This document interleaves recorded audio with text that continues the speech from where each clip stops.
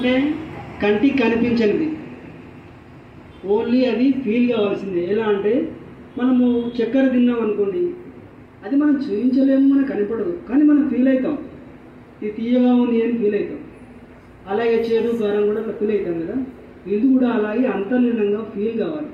దైవశక్తి మనలో ఎంటర్ అవుతుంది ఎప్పుడు అంటే మనం తల్లి కడుపులో ఉన్నప్పుడు, చిన్న పిల్లాడు అంటే గర్భస్థ శిశువుగా ఉన్నప్పుడు మనకు తల ద్వారా ఎంటర్ అవుతుంది.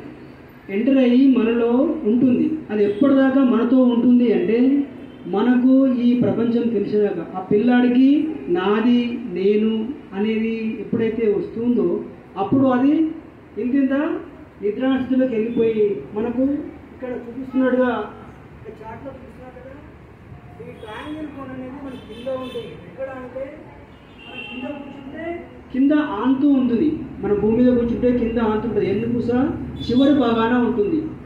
దాన్ని కుండలి శక్తి అంటారు. అది 3.5 చుట్లతో చుట్టుకొని ఉంటుంది.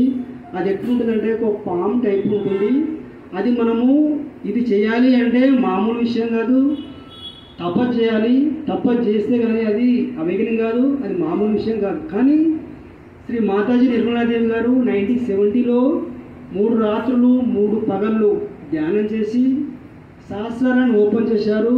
అప్పటి నుంచి ఈ సహయోగాన్ని అందరికీ చెప్తున్నారు. దీనివల్ల లాభం ఏంటి అంటే మనలో ఉన్నటువంటి శరీరంలో ఉన్నటువంటి ప్రాబ్లమ్స్ ఫస్ట్ ఎగిరిపోతాయి. ఎట్లా ఎగిరిపోతాయి అంటే ఇది మన ఆయుర్వేదం మందు ఇట్లా ఎలా తీసుకుంటే అది మెల్లగా స్లో పనిచేస్తుందో, లేక మనం ఒక విత్తనాన్ని భూమి మీద నాటి అది మొలకెత్తి దాని యొక్క పీరియడ్ ద్వారా అంటే అది సమయం తీసుకొని అది పెరిగి పెద్దయి పుష్పించి ఫలిస్తుంది. సేమ్ ఇది కూడా అలాగే పనిచేస్తుంది. కానీ మనం దీన్ని ప్రతిరోజు మొక్కను ఎలాగైతే నీళ్లు పోసి దాన్ని రక్షణ చేసి పెంచి పోషిస్తామో మనం కూడా ఈ ధ్యానాన్ని పెంచి పోషించాలి. ఇది మనకు కుండలిని అంటే మన ఆత్మకి తల్లి లాంటిది. మనము మన తల్లి ఎలా జన్మనిస్తుందో ఈ కుండలిని శక్తి అనేది మనకు కూడా ఒక తల్లి లాంటిది. మనము ఇప్పుడే పుట్టలేదు, ఎప్పుడు పుట్టామో, ఎన్నిసార్లు జన్మించామో, ఎంతమంది తల్లిదండ్రులు పోయారో మనకు తెలియదు. కానీ కుండలిని మాతకు మాత్రం తెలుసు, అక్కడ రికార్డ్ అయ్యి ఉంటుంది. అది మనం ఎప్పుడు అడుగుతామా, మనల్ని ఎప్పుడు అడుగుతుందా అని మనం తల్లి ఎప్పుడైతే మన యొక్క బావును మన యొక్క సేపును చూస్తుందో అలాగే మన యొక్క ఆత్మ యొక్క ఇదిని ఆ కుండలిని మాత చూస్తుంది. కాబట్టి మనం ఎప్పుడైతే అది అడుగుతామో మనస్ఫూర్తిగా మనకు శుద్ధమైన ఇచ్ఛతో మనం ఎప్పుడైతే అమ్మ నాలో ఉన్నటువంటి శక్తిని అవేకనింగ్ చేయండి అని మనం ఎప్పుడైతే మనస్ఫూర్తిగా అడుగుతామో అప్పుడు అవేకనింగ్ అవుతుంది.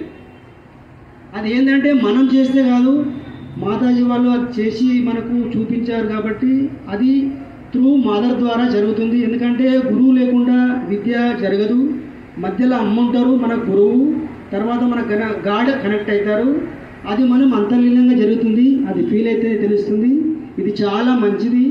ఇది ఎట్లా అంటే ఆత్మోద్ధరణ జరుగుతుంది. మామూలు ఏదో ఇప్పుడు చేశాము అది అయిపోయిందని కాదు.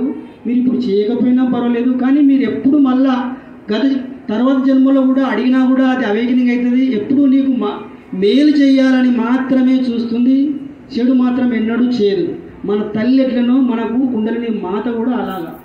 దయచేసి మీరు అందరూ ఇది చేయండి. చేసి మీ యొక్క గ్రోత్ ఏదైతే ఉందో చేరండి, ఈజీగా చేరుతారు. మీకు ఏదన్నా సబ్జెక్టు చాలా టఫ్గా ఉన్నది కూడా ఒక్క 10 నిమిషాలు మెయింటైన్ చేసిన తర్వాత మీరు చదవండి, మీకు తెలుస్తుంది. కానీ ఇది కంటిన్యూ చేయాలి. మనం మొక్కను నాటగానే నీళ్ళు పోయక దాన్ని పెంపు చేయకపోతే అది పెరగదు. సేమ్ ఇది కూడా అంతే.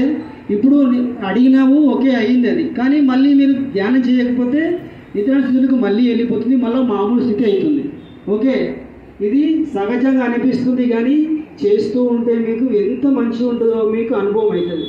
ఇప్పుడు ఇంతమందిలో ఈ ప్రక్రియ జరిగినప్పుడు ఎవరికారికి అలాగలాగా జరిగి ఉంటుంది, ఎవరికి ఇది ఉండదు. ఎందుకంటే మన యొక్క ఇది అలాగలా ఉంటుంది కాబట్టి అలాగనే జరుగుతుంది. ఓకే, ఇది చాలా మంచి మెడిటేషన్ మాతాజీ మనకు అందించారు. ఆమెకు మనం థ్యాంక్స్ చెప్పుకోవాలి మనస్ఫూర్తిగా. ఇది అందరు